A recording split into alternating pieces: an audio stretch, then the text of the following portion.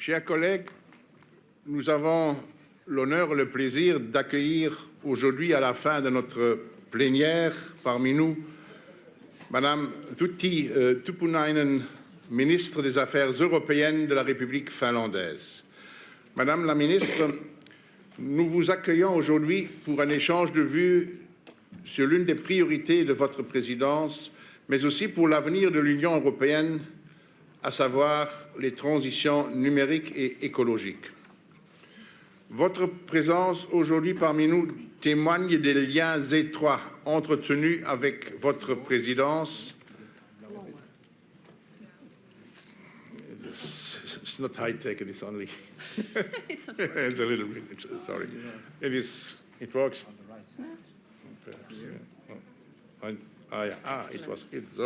It wasn't digital. It was not digital. Je venais de dire, chère Madame la Ministre, que votre présence aujourd'hui témoigne des liens étroits entretenus entre le Comité et votre présidence, confirmés par l'adoption ce matin, il y a quelques instants, de 2 avis sur ces thématiques qui font suite à votre saisine et qui visent à alimenter les travaux de votre présidence. Nous partageons nombreux objectifs communs. L'accélération de la réalisation des objectifs du développement durable, l'agenda climatique et l'économie numérique. Nous avons, il y a quelques semaines à Turku, lors de la réunion extraordinaire de notre bureau, débattu des systèmes d'éducation et de formation pour constituer une Europe numérique compétitive et inclusive. Le Comité européen des régions est particulièrement attaché à ces 2 dimensions et dès lors, nous demandons que la notion de cohésion numérique soit une dimension qui complète les objectifs de cohésion économique, sociale et territoriale du traité. Madame la Ministre, nos avis témoignent de la nécessité d'apporter de la solidarité et de la proximité dans la mise en œuvre des politiques de l'Union européenne. Le débat d'aujourd'hui sur les enjeux de cette transition numérique et écologique vous démontrera, Madame la Ministre, l'engagement des élus locaux et régionaux qui disposent des compétences tant législatives qu'exécutives indispensables à la mise en œuvre de l'agenda européen. Madame la Ministre, je vous remercie encore une fois de votre présence et je vous cède bien volontiers la parole.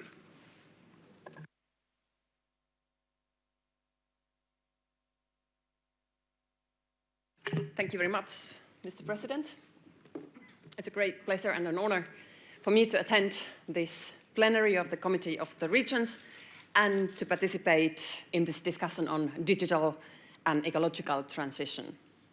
You have chosen a topic that is of utmost importance to the future of Europe, as well as at the heart of the new Finnish government programme and Finland's EU presidency programme. First, a few words about our presidency. We are past the halfway point and we already have some concrete results. We have been focusing on areas where the EU is best placed to bring European added value. These priorities are strengthening the EU as a global leader in climate action, making the EU more competitive and socially inclusive, strengthening our common values and the rule of law, protecting the security of citizens comprehensively. These are our priorities. These are all key elements of the new strategic agenda as agreed by the European Council in June. I also want to highlight that our regions and cities play a key role in achieving our common goals, whether on climate, digitalization, competitiveness or social inclusion. Close cooperation between the EU, member states and regions is the key to effective delivery. We need to ensure a transition to climate-neutral EU in line with the Paris Agreement. For us, this means achieving climate neutrality by 2050. Our aim is to reach agreement on the main elements of this plan by the end of this very year, 2019. As the necessary measures affect all sectors of society, combating climate change must be carried out in a socially sustainable way. During our presidency, all relevant council formations have discussed the climate neutrality goal. The EU needs a positive and comprehensive long-term strategy for sustainable growth. Our aim should be to make the EU the world's most competitive and socially inclusive climate-neutral economy. We have worked hard for this during these past months. A well-functioning single market and an ambitious rule-based trade policy with help of a modern approach to the industrial policy are key elements in making the EU more competitive. This means that we need to take full advantage of not only research, development and innovation, but also services and digitalization. We should make better use of opportunities provided by bioeconomy and circular economy in boosting growth and employment. The EU works best when people's well-being and equality are in the core. This interlinkage between well-being and economic policies should be better reflected in our policy making. We need to foster future-oriented skills, continuous learning, social fairness, as well as gender equality. Sustainability also ties in with the EU's common values, which are human rights, freedom, democracy, equality, and the rule of law. The rule of law is something that unites us. With this in mind, our approach has been positive and constructive regarding the overall debate on the rule of law. We have been focusing on developing the EU rule of law instruments, including the Council's rule of law dialogue, and enhancing their synergies. As part of ensuring comprehensive security for citizens, we have paid attention to the strengthening of EU cooperation on countering hybrid threats. Comprehensive, coordinated, and long-term efforts are needed across all relevant policy fields to increase the resilience of our societies. As regards to the next multi-annual financial framework, the Finnish presidency is fully committed to facilitating the final stages of MFF negotiations. The presidency has prepared a presidency paper that would facilitate the first substantial discussion of the leaders in October European Council next week, where the leaders should have a focused and result-oriented discussion on key questions concerning MFF. Now, if I may, I would also like to use this opportunity to highlight 3 key principles for our presidency. First, we are committed to sustainable meeting arrangements. This includes offsetting the carbon emissions caused by air travel to presidency meetings rather than handing out traditional presidency gifts. So pardon me for not giving any gifts. Second, we promote transparency combined with active and clear communication. These are important tools to bring the EU closer to citizens and to combat disinformation.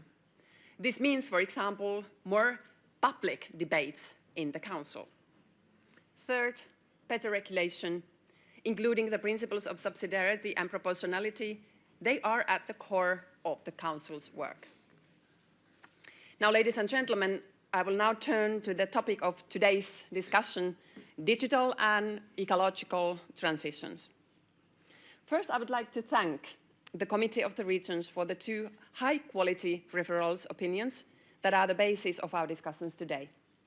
Digital Europe for All, delivering smart and inclusive solutions on the ground, and Smart Cities, new challenges for a just transition toward climate neutrality, how to implement the SDGs in real life. As regards to Digital Europe for All, I would like to emphasize that the digital disruption we are facing is full of potential.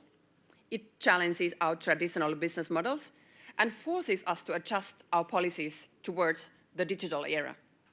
We need to ensure that Europe obtains its fair share of the benefits of this development. Our policy must embody our societal values and promote inclusiveness. It must also cultivate trust. There needs to be a uniquely European way to digital economy. This can be our competitive advantage. Our policies should interlink the single market, industrial, innovation and digital policies, as well as trade policy. Development of the service economy and the mainstreaming of digital services is necessary. We should work on all aspects of the digital revolution and artificial intelligence, infrastructure, connectivity, services, data, regulation, and investment. For regions, digitalization is an enormous opportunity. Businesses can be present on the global market and services available to our citizens regardless of their location. Thus, it is crucial that every European citizen has access to broadband. Digital policies in the field of data usage, privacy, fast connections and network deployment, as well as security of the networks, are in the focus of the Council work during the Finnish presidency. Digital economy is present cross-sectorally in our work. Unlocking the potential of data economy is a priority to Finland.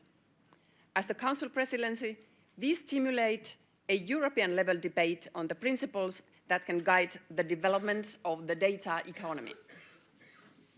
In order to improve the availability of increasingly fast networks and the deployment of 5G infrastructures and services, we are taking forward the work on EU's common approach to the security of 5G networks.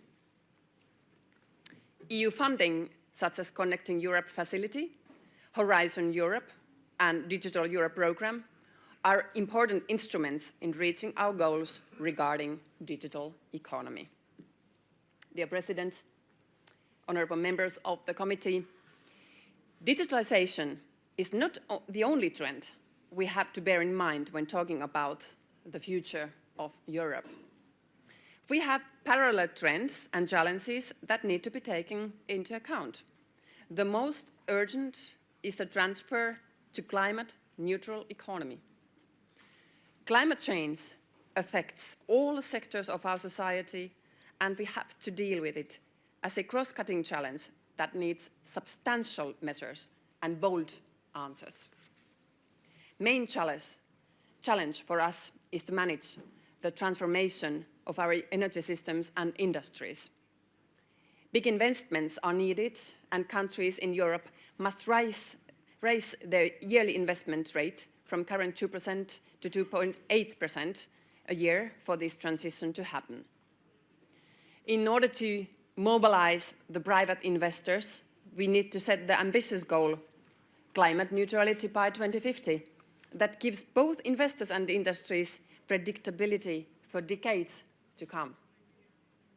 Outside the emissions trading sectors, transport sector is the biggest source of greenhouse gas emissions. 25% of the all EU greenhouse gas emissions in 2017. Unlike in many sectors, emissions from transport have continued to increase. Current road transport burdens our societies in many ways through lost lives, economic losses, and pollution. According to the European Environment Agency, air pollution causes almost 500,000 early deaths in Europe. Fuel-consuming traffic, energy production, heating of buildings and industry are among the main sources of the pollution. We would all be better off in a decarbonized transport system that would rely more on cycling, more on walking, and more on public transport, on the new kinds of mobility services, as well as on electrification. More coordinated policies on future transport would not only offer cleaner and more equitable transport, but also significant health benefits and plenty of business opportunities for European firms.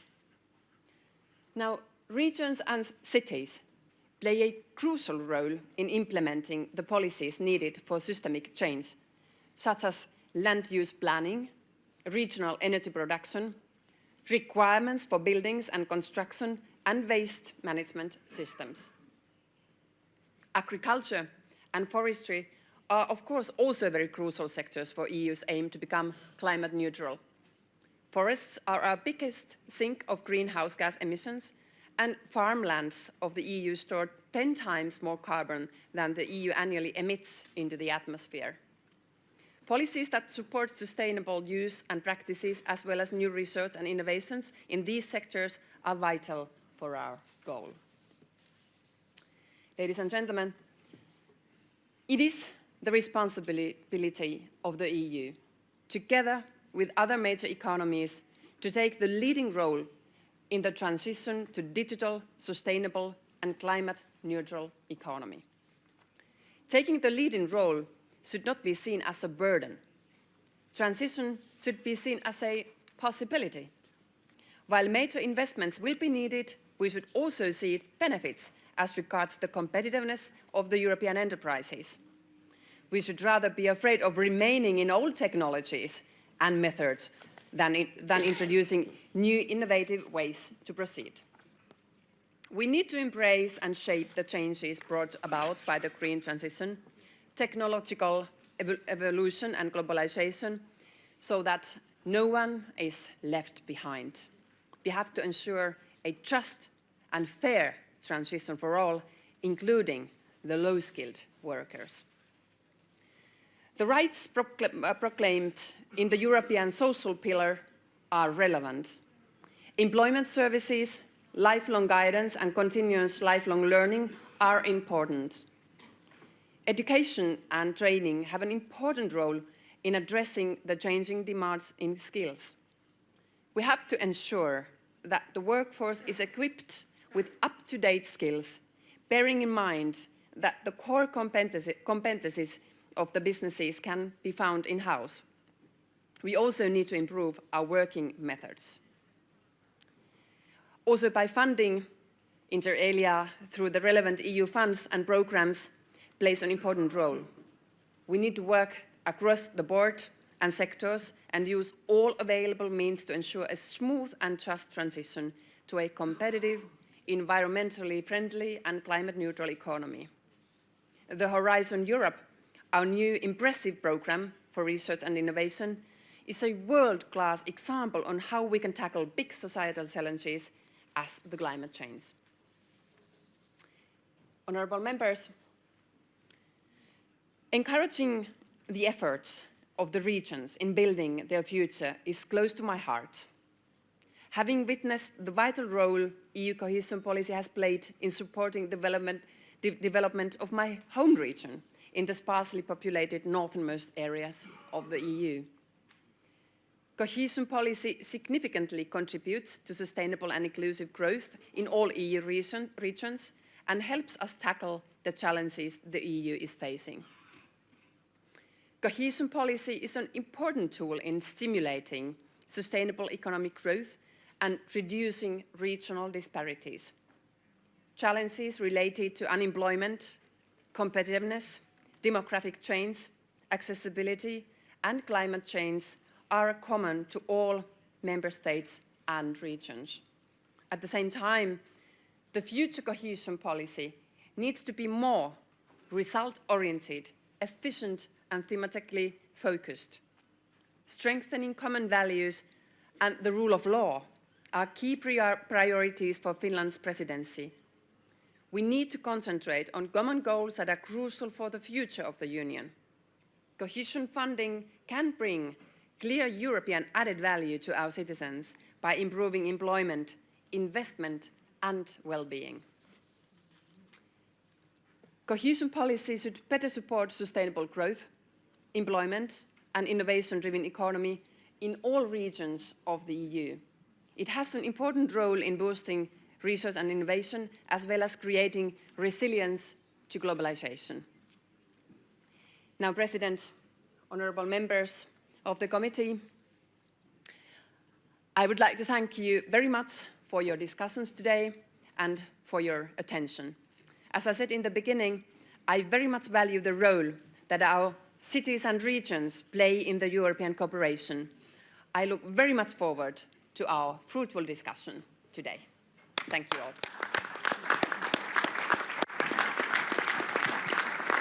Merci beaucoup, Madame la Ministre, pour cet exposé sur les objectifs et priorités de la présidence finlandaise. Et je crois qu'on ait fait le meilleur cadeau que vous pourriez faire à tout le monde. C'est une conclusion sur le MFF. Mais je sais que ce n'est pas une tâche facile et c'est une raison de plus pour féliciter les efforts que votre gouvernement fait à cet égard. Merci aussi beaucoup pour la contribution à notre débat de fond qui va maintenant s'enrichir par un certain nombre d'intervenants qui prendront la parole successivement. D'abord les représentants de nos groupes politiques, puis les deux rapporteurs sur les avis dont nous avons parlé et aussi notre premier vice-président qui est particulièrement attaché à la Finlande. Et il y aura encore un certain nombre d'autres membres qui souhaiteront s'exprimer. La parole est maintenant à notre collègue Yannick qui parlera le premier.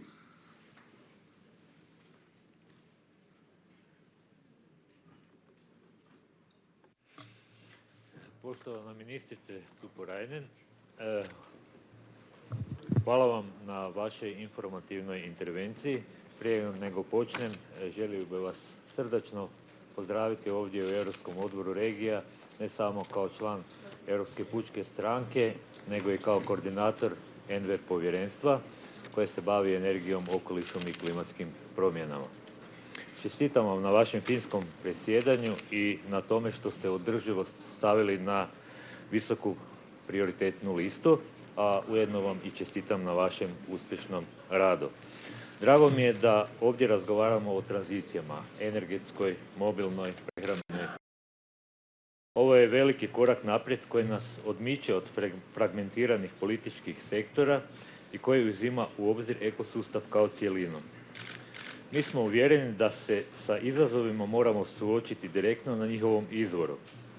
Trebamo razviti pristupe bazirane na mjestima u kojima živimo, kao i strategije orijentirane na područja poput zdravih i prosperitetnih urbanih sredina, zdravih seoskih sredina te sigurnih i atraktivnih priobalnih područja i otoka. U Europskoj pučkoj stranci vjerujemo da moramo biti ambiciozni, ali i realni u isto vrijeme. Moramo imati jasan okvir, stoga se radujemo Europskom zelenom dogovoru predsjednice Europske komisije Ursule von der Leyen. Svi se slažemo da građanima moramo bolje pružiti i približiti prednosti ekološke tranzicije u smislu čišćeg zraka, više zelenih površina, više plave infrastrukture, bolje zaštićenih gradova od poplava, toplotnih udara i tako dalje. Međutim, različiti se gradovi i različite regije suočavaju sa različitim političkim, socijalnim, ekonomskim, zemljopisnim i kulturnim vrijednostima. Zato smo uvjereni da održivost treba ići paralelno sa solidarnošću. Solidarnošću u tom smislu punog sudjelovanja u procesu tranzicije. Čista tranzicija će trebati uključiti sve razine vlasti, europsku, nacionalnu, regionalnu i lokalnu. Trebamo tu uključiti sve sektore gospodarstva za poticanje održivog rasta i konkurentnosti u Europi. Ovdje bih želio apelirati na finsko predsjedanje kako bi se osiguralo da se kod konačnih nacionalnih energetskih i klimatskih planova do prosinca 2019. u potpunosti uzmu u obzir lokalne i regionalne vlasti. Ne možemo dostaviti rezultate na terenu ako se lokalne stvarnosti, izazovi i kapaciteti ne odražavaju u desetogodišnjim planovima za klimu i energiju. Potrebna nam je solidarnost i u pogledu financiranja. Moramo pomoći onim regijama na koje utječu ili će posebno utjecati prijelazi na gospodarstvo s niskom razinom ugljika, klimatsko neutralno gospodarstvo i učinkovito gospodarstvo. Tranzicija bi trebala biti podržana javnim i privatnim ulaganjima, te s više sinergije na različitim razinama financiranja. Stoga pozivamo Fond pravedne tranzicije za europske regije s ugljenom na inkluzivnost. Potrebno nam je i više ulaganje u istraživanje i inovacije, ne bi se trebali bojati eksperimentirati i isprobavati nove rješenja. U mojoj općini u Hrvatskoj imamo strategiju da do 2030. godine postanemo ekološki čista općina bez emisija CO2. Zato ne trebamo zaboraviti i na predvodnike i potaknuti ih na daljnje djelovanje. Htio bih vas pitati kako planirate poticati čista ulaganje u preostala 3 mjeseca vašeg predsjedanja. Zahvaljujem vam na pažnji. Merci beaucoup. La parole est maintenant à notre collègue Christophe Rouillon.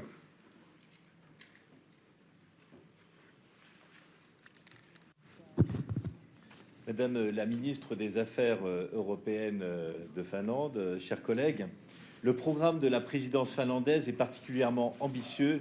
Félicitations. Vous pouvez compter sur notre famille politique socialiste et démocrate pour soutenir vos priorités de renforcement des valeurs communes de l'État de droit, de la construction d'une Union européenne plus inclusive et d'une Europe championne du monde de la lutte contre le réchauffement climatique.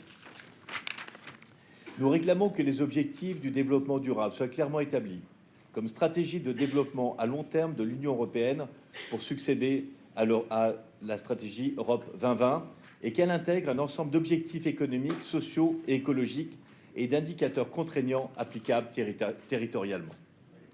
Les objectifs de développement durable doivent devenir le cadre d'une action pour toutes les politiques européennes et notamment pour la gouvernance économique. Ils doivent primer sur le semestre européen. C'est un enjeu essentiel de légitimité et de lisibilité pour l'action de l'Union européenne. Madame la ministre, nous partageons le constat que les transitions numériques et écologiques sont liées. En effet, la transition numérique a une empreinte écologique directe et indirecte. Et je pense notamment aux pratiques sociales et sociétales dont le numérique encourage le développement, comme le tourisme et la culture. D'autre part, la numérisation est une condition essentielle de la réalisation de la transition écologique, notamment pour répondre aux besoins de pilotage complexe des systèmes énergétiques. Permettez-moi de présenter les revendications de notre groupe politique pour protéger la cohésion et la solidarité dans la mise en œuvre de ces transitions numériques et écologiques. Je rêve d'une Greta Thunberg avec un fort discours social. Nous souhaitons que l'Union européenne évite que la transition numérique ne précarise l'emploi, ne tire vers le bas les standards sociaux et ne déshumanise les travailleurs. Nous demandons donc que la réglementation au niveau européen en matière de travail et de protection sociale soit étendue à l'économie des plateformes et à ses travailleurs. Deuxièmement, les transitions écologiques et numériques sont indissociables de leur empreinte sociale et territoriale. En effet, un rapport présenté en février dernier par l'Agence européenne pour l'environnement apporte la preuve statistique que les répartitions de ces menaces environnementales recoupent étroitement les différences de revenus, de chômage et de niveau d'éducation. Ce sont les régions les plus industrielles et les plus pauvres qui sont aussi les plus exposées aux enjeux de développement durable et du changement climatique. Le sentiment d'abandon de ces territoires conduit parfois à un repli identitaire. Pensez aux Gilets jaunes en France ou à la carte du vote Trump ou du Brexit. La mise en œuvre d'un Green New Deal, cher à notre ami le vice-président Frans Timmermans, pour l'Europe ne pourra pas être le monopole des grandes métropoles. Dans la continuité des principes fondateurs de la politique de cohésion, orienter les futurs investissements publics vers les territoires en déclin devra permettre de lier la lutte contre les inégalités sociales et territoriales au combat contre la crise environnementale. C'est pourquoi nous réaffirmons la nécessité de maintenir l'enveloppe budgétaire pour une PAC plus durable et pour une politique de cohésion consacrée à hauteur de 30% au développement durable. C'est pourquoi nous réclamons également la mise en place d'un fonds pour la transition juste qui devrait en particulier contribuer à atténuer les conséquences sociales et environnementales que les changements structurels provoqueront dans les régions charbonnières en Europe. C'est pourquoi nous réclamons aussi un programme européen en faveur du logement social durable. Pour atteindre nos objectifs de transition écologique, sociale et numérique, nous avons encore réitéré hier le besoin d'un budget européen à hauteur de 1,3% du revenu national brut des États membres.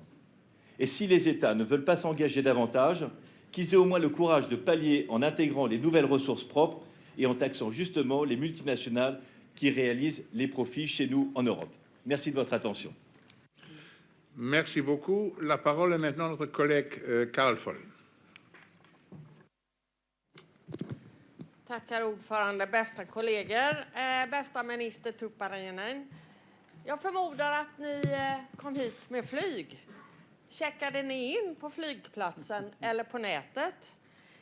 Innan ni kommer hem använder ni en smarttelefon för att öka värmen så det är varmt och skönt när ni kommer hem. För att investera i er hälsa räknar ni stegen eller använder ni smartklockan för att få bra data om hur ni ligger till. Och bokar ni bilen Uber på nätet? Ja, det här är bara några exempel på vad vi idag kan göra med ny teknik. Och allt det är jättebra. Men det finns dock en elefant i rummet. Har vi lämnat några medborgare eller företag på efterkälken? Ni tog upp det att tekniken ska kunna nås av alla, men så görs inte idag. Det är ett faktum att konnektiviteten inte är självklar i alla regioner, städer, byar i Europa och att många medborgare är rädda för att förlora jobbet på grund av digitaliseringen. Eller till och med ifrågasätter den nya artificiella intelligensen. Men svaret är givet. Vi måste fortsätta att investera mycket pengar i tid och arbete för att skapa de rätta förutsättningarna för att alla i samhället fullt ut ska kunna dra nytta av den nya digitaliseringen. Den andra delen av frågan är mer tabubelagt ämne. Vilka kostnader medför digitaliseringen för miljön? Som liberal är jag övertygad om att digitaliseringen är av godo. Men den digitala världen måste ta sitt ansvar för klimatförändringarna. Vi vill ha en hållbar informationsteknik och som liberal anser jag också att vi inte får blunda för att digitaliseringen idag kan faktiskt ha negativa inverkningar på miljön. Globala datacentraler beräknas producera lika stora utsläpp som den globala luftfarten. Utvinningen av sällsynta jordartsmetaller har en direkt effekt på luft- och vattenkvalitet och biologiska arter och blockkedjeutvinningen förbrukar enorma mängder av energi. Vi måste därför ställa höga miljökrav också på digitaliseringen och vi ska fortsätta att investera i forskning och innovation för att ändra energikraven för de digitala processerna. Men för att komma till rätta med problemet måste vi våga prata om det. Så minister Tuppurainen, vad säger du om kraven på klimatet för att få en ökad digitalisering? Tack. Merci beaucoup. Et la parole est maintenant à notre collègue Tuppurainen. Arvoisa ministeri, Euroopan konservatiivien ja reformistien ryhmän puolesta haluan toivottaa teidät tervetulleeksi Euroopan alueiden komitean täysistuntoon. ECR-ryhmä katsoo, että digitalisaatio ja älykkäisiin kaupunkeihin investoimisen olisi kuuluttava jäsenvaltioiden painopisteisiin EU:n uudella toimikaudella. Suomessa on käynnissä useita hankkeita, jotka saavat EU:n tukea. Yksi niistä on 6-aika-ohjelma, joka kattaa 6 suomalaista kaupunkia. Ohjelmaan osallistuvat kaupungit ovat Helsinki, Espoo, Vantaa, Turku, Tampere sekä Oulu. Ohjelma vaikuttaa siis yli 1/3 Suomen kansalaisista. Se kattaa terveys-, koulutus-, työllisyys- ja liikennealan digitalisoinnin. Esimerkkinä voisi olla paluunne kokousmatkalta Brysselistä. Koneenne laskeutuu Helsingin lentokentälle. Tarvitsette auton, mutta vain yhteen suuntaan palataksenne kotiin. Ette tullut lentokentälle omalle autollanne, koska ette halunnut maksaa pysäköinnistä siellä. EU:n osaksi rahoittaman pilottihankkeen ansiosta voitte saada auton käyttöönne vain 2 eurolla ja maksaa sen käytöstä muutaman sentin minuuttia kohti. Kotiin saavuttuanne voitte jättää auton minne haluatte. Yli 4000 suomalaista yritystä osallistuu yli 50 vastaavaan hankkeeseen. Kaikkia näitä hankkeita hallinnoivat kaupungit, eivät keskushallinto. Hankkeet saavat tukea EU:n COHESIO-politiikan määrärahoista, jolla katetaan yli puolet niiden talousarvioista. Kunnat ja keskushallinto rahoittavat toisen puolen, mikä lisää niiden sitoutumista asiaan. 6 osallistujakaupungin edustajat tapaavat Helsingissä kuukausittain arvioidakseen ohjelman vaikutuksia. Toivon, että Suomen hallitus työskentelee tarmokkaasti varmistaakseen, että koheesiopolitiikan rahoitus säilytetään Euroopan unionin seuraavassa talousarviossa selkeää lisäarvoa tuottavia ohjelmia, kuten 6 aikaa-ohjelmaa varten. Kiitos. Merci beaucoup. La parole est maintenant à notre collègue Guy.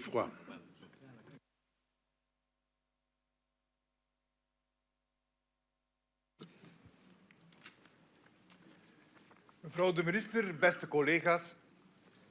Ikzelf ben afkomstig uit de regio Vlaanderen. Een regio waar thema's zoals digitalisering en ecologische transitie hoog in het vaandel worden gedragen.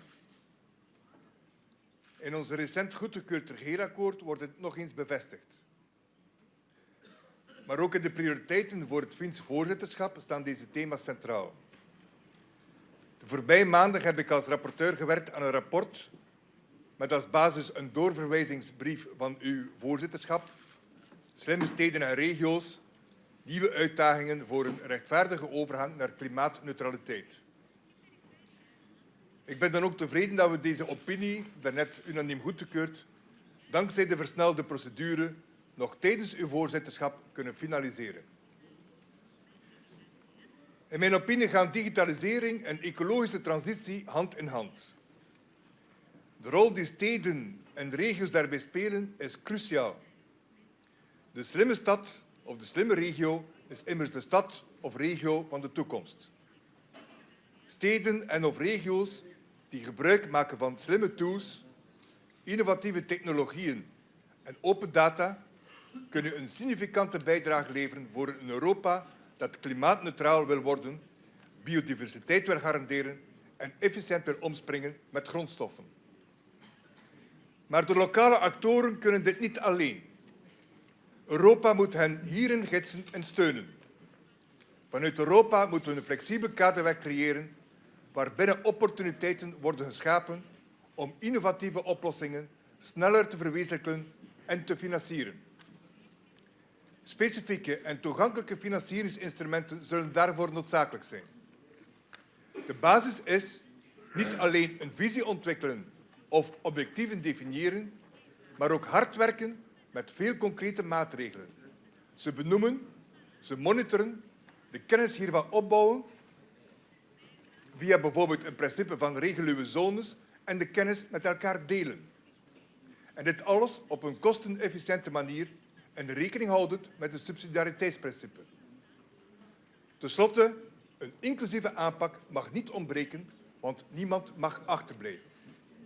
En dat betekent dat bijscholing, vooral van de meest kwetsbare burgers, noodzakelijk zal zijn om ook hen de digitale trein niet te laten missen. Mevrouw de minister, ik kijk uit naar de verdere samenwerking rond deze belangrijke thema's in de overblijvende maanden van uw voorzitterschap. Ik hoop van harte dat het volgende voorzitterschap thema's zoals digitalisering en ecologische transitie eveneens ter harte neemt. Dank u wel. Merci beaucoup. Et la parole est maintenant à notre collègue Karjalainen. Arvoisa Suomen Eurooppa-ministeri Tuppurainen, lämpimästi tervetuloa tänne. Hetki sitten alueiden komitean täysistunto hyväksyi digitaalinen Eurooppa kaikille -lausunnon ja tulette saamaan sen Suomeen vietäväksi. Viime kesänä julkistetuissa tulevan komission poliittisissa painopistealueissa ei painoteta tarpeeksi vahvasti osallistavia digitaalisia yhtenäismarkkinoita, joka on paikallisen ja alueellisen kehityksen kannalta elintärkeää. Kaikkien kansalaisten, riippumatta missä päin Eurooppaa tai minkä kokoisessa kunnassa asuu, on hyödyttävä digitaalisista yhtenäismarkkinoista. Euroopan unioni on investoinut digitaaliseen kehitykseen, mutta edelleen digitaalinen kuilu kasvaa jäsenvaltioiden ja alueiden kesken. Meidän paikallisviranomaisten huolenamme on digitaalisen eriarvoistumisen kasvaminen. Arvoisa rouva ministeri, kysymykseni. Miten kaikki, myös pienet kunnat, saadaan mukaan digitaaliseen muutokseen Euroopan unionissa, jotta digitaalinen kuilu ei enää kasvaisi? Miten varmistamme, että digitaalinen Eurooppa-ohjelma ja muiden tulevien rahoitusohjelmien synergia ja taso olisivat mahdollisimman hyvät ja että välttäisimme mahdollisia päällekkäisyyksiä? Kiitos. Merci beaucoup. Et maintenant, la parole est à notre premier vice-président, Markku Markkula. Niin, arvoisa puheenjohtaja, nyt minäkin vaihteeksi puhun suomea. Ja luulen, että meidän jäsenet, jotka tuntevat minut näiden 5 vuoden ajalta, että puhun aina innovaatioista ja digitalisaatiosta, mutta jos sovitaan, että en käytä näitä sanoja tässä puheessani ollenkaan, vaan keskityn nyt nimenomaan, että mitkä ovat ne instrumentit, joita Suomen puheenjohtajakaudella voidaan viedä eteenpäin. Instrumentit, joilla me saamme tätä reipasta positiivista muutosta, positiivista henkeä Euroopassa lisään, jotta myös kansalaiset kokevat EUn entistä tärkeämpänä.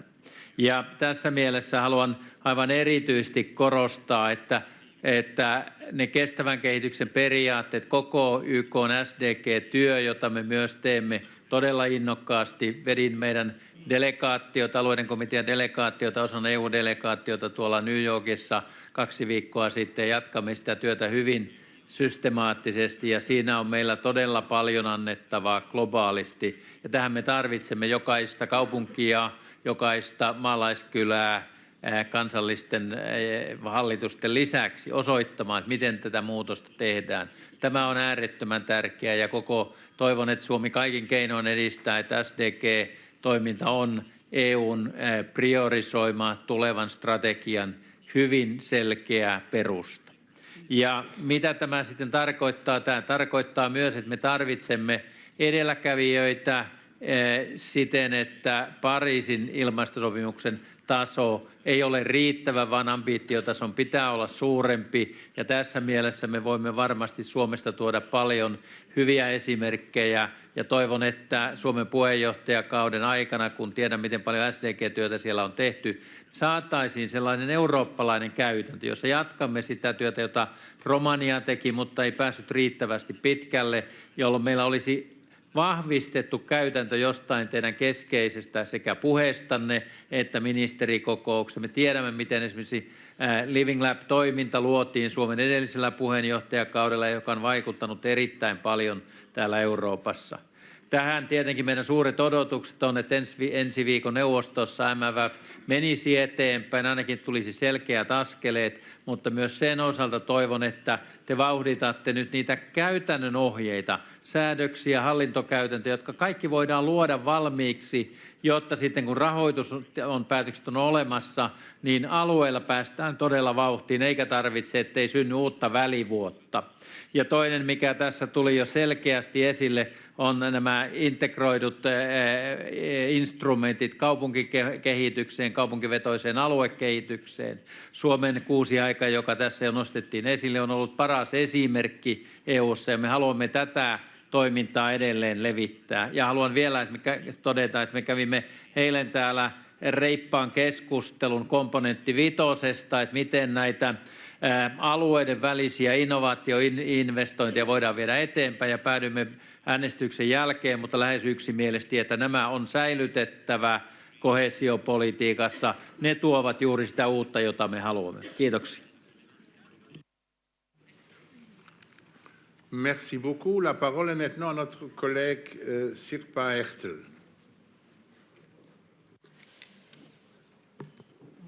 Arvoisa ministeri Tuppurainen, kiitän teitä puheenvuorostanne ja olen erityisen iloinen siitä, että mainitsitte kestävän kehityksen työssä myös tasa-arvon ja sukupuolten tasa-arvon merkityksen. Olen kestävä Eurooppa vuoteen 2030 SDG-lausunnon esittelijä EPP-ryhmästä sekä Espoon kaupunginvaltuuston jäsen. Ja tämä lausuntoni hyväksyttiin eilen täysistunnossa, joten se on varsin ajankohtainen. No, me tiedämme, että onnistumme toteuttamaan kestävän kehityksen tavoitteet tehokkaasti vain, jos eurooppalaiset ja kansalliset tasot toimivat käsi kädessä alueellisten ja paikallisten tasojen kanssa. sillä juuri me pystymme muuttamaan kehityksen tavoitteet kestäväksi paikallispolitiikaksi ja kestäviksi hankkeiksi, kuten esimerkiksi Espoossa olemme hyvin onnistuneet. Haluaisin kysyä teiltä, että miten aiotte kannustaa kuntalaisia ja meitä paikallistason päättäjiä toimeenpanemaan entistä kunnianhimoisemmin nämä kestävän kehityksen tavoitteet? Kiitos. Merci beaucoup. La parole est maintenant à notre collègue Agorastos. Σας ευχαριστώ πολύ. Η επόμενη βιομηχανική επανάσταση θα είναι η ψηφιακή επανάσταση. Αλλά πρέπει να έχουμε στο μυαλό μας την κατάσταση η οποία επικρατεί στον πλανήτη. Γιατί η ψηφιακή επανάσταση θα γίνει για συγκεκριμένους λόγους. Θα γίνει για τους ανθρώπους, για την καλυτέρευση της ποιότητας ζωής. Αυτή τη στιγμή τι επικρατεί? Ο πλανήτης γίνεται η γη γίνεται όλο και πιο μικρή. Το έδαφος κάθε μέρα ξηραίνεται περισσότερο. Υπάρχει πρόβλημα με τη μόλυνση των νερών στα ποτάμια και στις θάλασσες. Υπάρχει πρόβλημα με τη μόλυνση στον αέρα. Και οι άνθρωποι αντικαθίστανται από τις μηχανές. Και το ανθρώπινο γένος θα βρεθεί σε μια δύσκολη στιγμή στριμωγμένο και πιεσμένο. Συνεπώς, η ψηφιακή επανάσταση πρέπει να είναι λελογισμένη, με λελογισμένα ρίσκα, με λελογισμένο ρίσκο. Γιατί γίνεται όλο αυτό? Δεν γίνεται για τους ανθρώπους. Άρα πρέπει στο επίκεντρο να είναι ο άνθρωπος, η καλυτέρευση ζωής και χρειάζεται ιδιαίτερη προσοχή όσον αφορά τη διαχείριση όλης αυτής της μετάβασης. Γιατί για τον ίδιο σκοπό είμαστε όλοι εδώ, δεν είμαστε για τον εαυτό μας, είμαστε για τους Ευρωπαίους πολίτες. Και αυτό πρέπει να το σεβόμαστε. Σας ευχαριστώ. Merci beaucoup. La parole est maintenant à notre collègue Christophe Clergeau. Merci, Monsieur le Président. Madame la Ministre, chers collègues, je ne sais pas si on peut encore parler de transition numérique. Est-ce que nous n'avons pas basculé dans un monde totalement nouveau qu'il faut maintenant réguler? En Chine, il va falloir donner sa reconnaissance faciale pour avoir un téléphone. Les grandes multinationales américaines nous transforment en machines à cash. En Europe, certains veulent que les citoyens puissent vendre leurs données. Alors la question que je vous pose, c'est au-delà du règlement général sur la protection des données, quelles nouvelles initiatives la présidence du Conseil, votre pays, peut prendre pour amorcer cette marche de l'Union européenne vers un nouveau modèle social, citoyen et démocratique de la transformation numérique. Merci. Et notre dernier orateur est notre collègue Raffaele Cattaneo. Thank you so much. I'm the Regional Minister for Environment and Climate Change in Lombardy. In my activity, I realized that digitalization and sustainability are for sure the two pillars of the future development. And I say development, not degrowth. But we are running right now a risk, the risk that the price of this transition have to be paid by the poorest people. In my region, we have stopped, due to air pollution, the older cars. And who are the owners of the old diesel car? The poorest people. So, in my opinion, the solution of this problem, because we must find a solution, is subsidiarity. Sustainability calls for subsidiarity.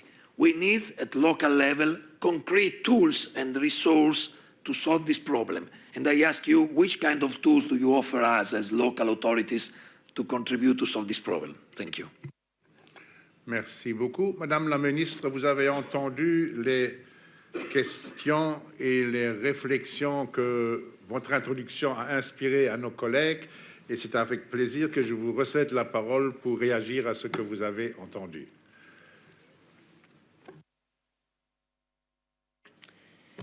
Honourable Mr. President, honourable members of the committee, dear colleagues, I would like to sincerely thank you for your contributions and your questions and remarks. They very much reflect my own experiences as well, because before I became a minister or a member of parliament, I was for years a regional politician and also a local politician. I appreciate and value your work very deeply and share many of your concerns and your visions as well. And I appreciate that we have this exchange of views today. It is absolutely crucial that the Council, the Presidency, and this very committee exchange views on these highly topical issues of climate and digital transition. In my opinion, also from my background, I think we need ever more, ever deeper cooperation between the different levels of administration. I think the EU, its member states, all regions, we simply cannot face the future challenges alone. We need to cooperate in a genuinely new way in order to take us to the next decade of the economic and digital transition.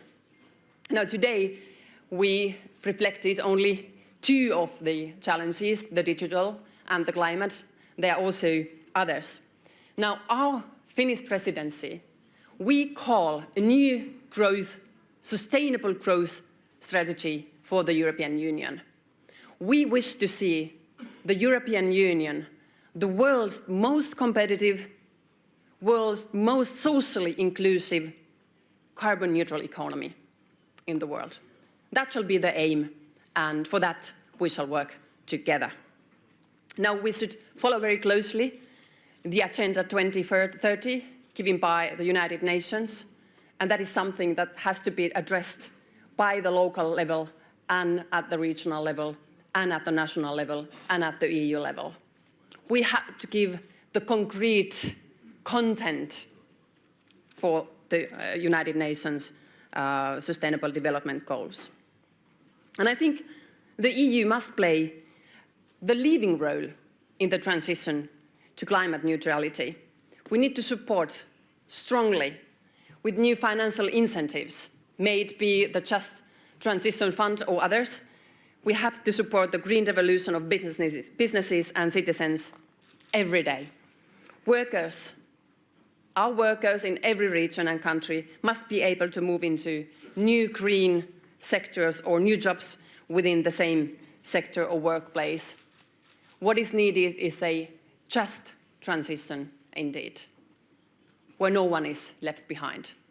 So again, Mr. President, would like to thank you for your questions and remarks. We will pass them on and continue our very genuine and valuable cooperation. Thank you, ladies and gentlemen, dear friends. Chère Madame la Ministre, avec votre intervention se termine notre plénière. Permettez-moi de remercier tous ceux qui ont contribué à ce qu'elle soit très vivante et pleine d'enseignements. Permettez-moi aussi de remercier tous ceux qui ont préparé cette plénière ainsi que toute la semaine européenne des villes et régions. Et permettez-moi aussi, last but not least, de dire un mot de remerciement à nos interprètes qui nous ont si bien traduit dans toutes les langues de l'Union. Bon retour, la plénière est close.